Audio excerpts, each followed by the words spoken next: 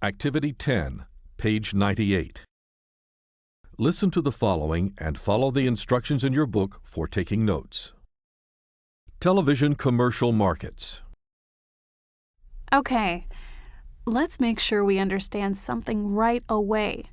One thing you should never forget while you are watching television is the overall goal of TV.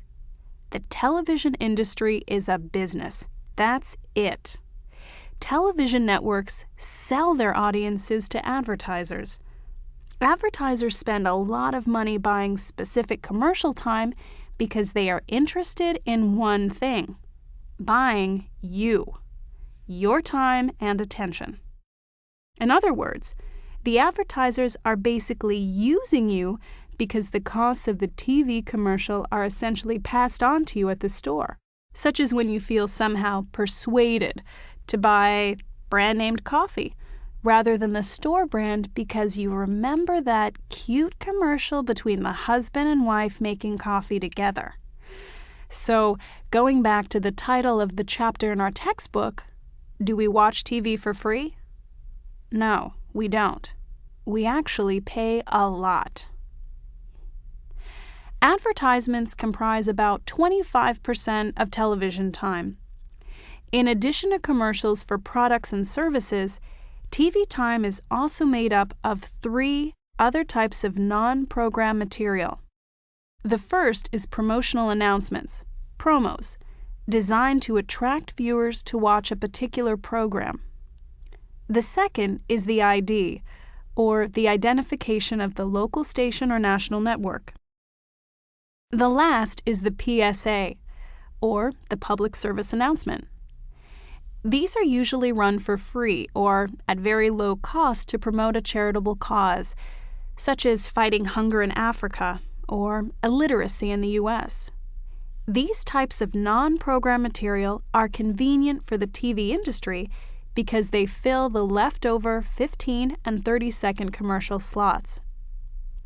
Speaking of buying, let's get to the main purpose of this lecture: the different categories of TV advertising and how they affect the costs. Advertisers can purchase time in 5 different segments of TV.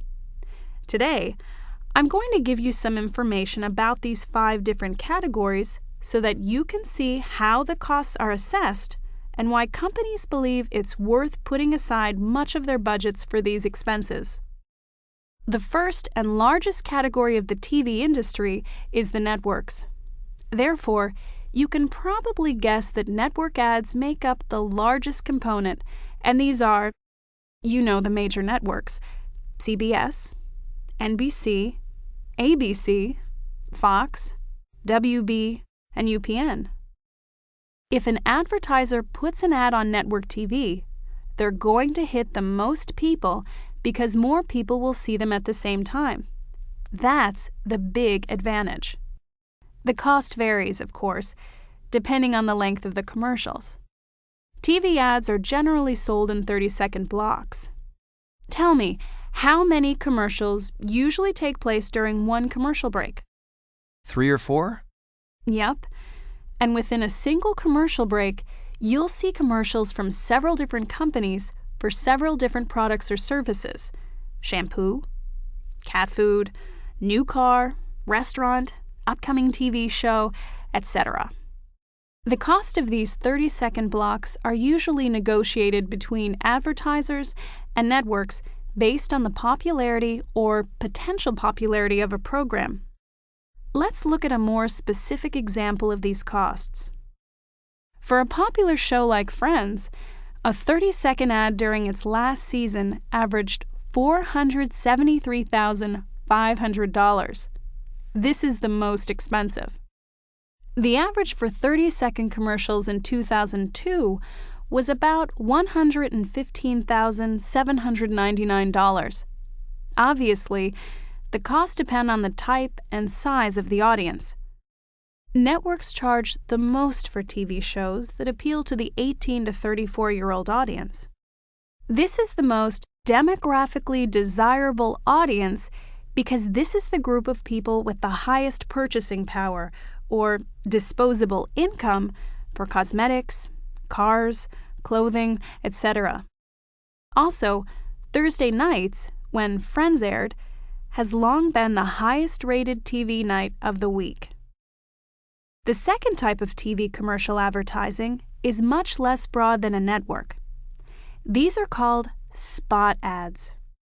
This is when an advertiser purchases time from a specific station or a group of stations in a specific geographic area where they want a product ad to have more impact. Does anyone remember what DMA stands for from your textbook? Designated Market Area. You can imagine that the larger markets are more expensive than the smaller ones. Advertisers look at these markets to gauge where they should advertise a product. Not just the size of the market, but also the demographics of each one. Let's move on to the third category, syndicated advertising. You've probably heard of TV programs such as Seinfeld, Friends, and Cheers that were very popular in the past. These are syndicated programs. The older episodes of these programs are sold on a station-by-station, market-by-market basis. This is called syndication. Can anyone give me the more familiar word? Reruns. That's right. These programs used to belong to a particular network, but now they are syndicated and shown on other networks.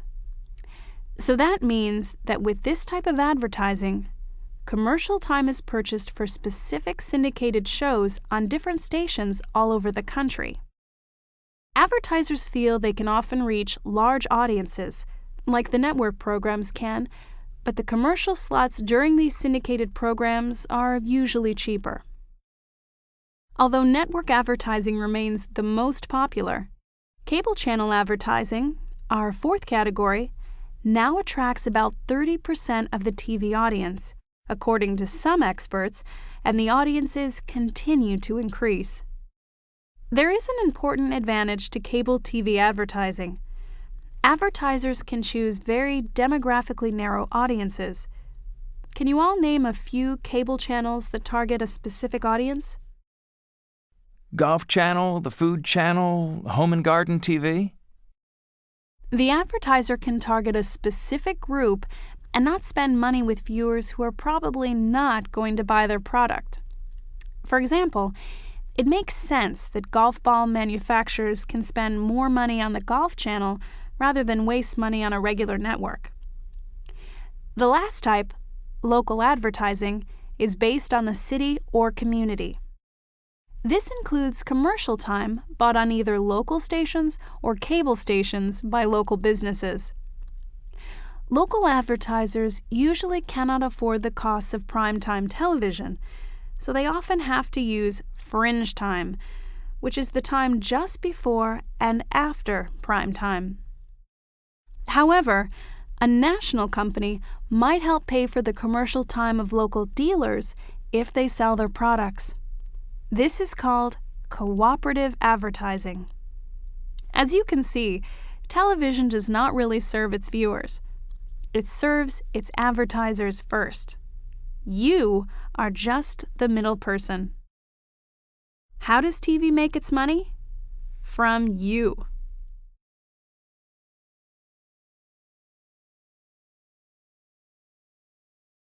Activity 10.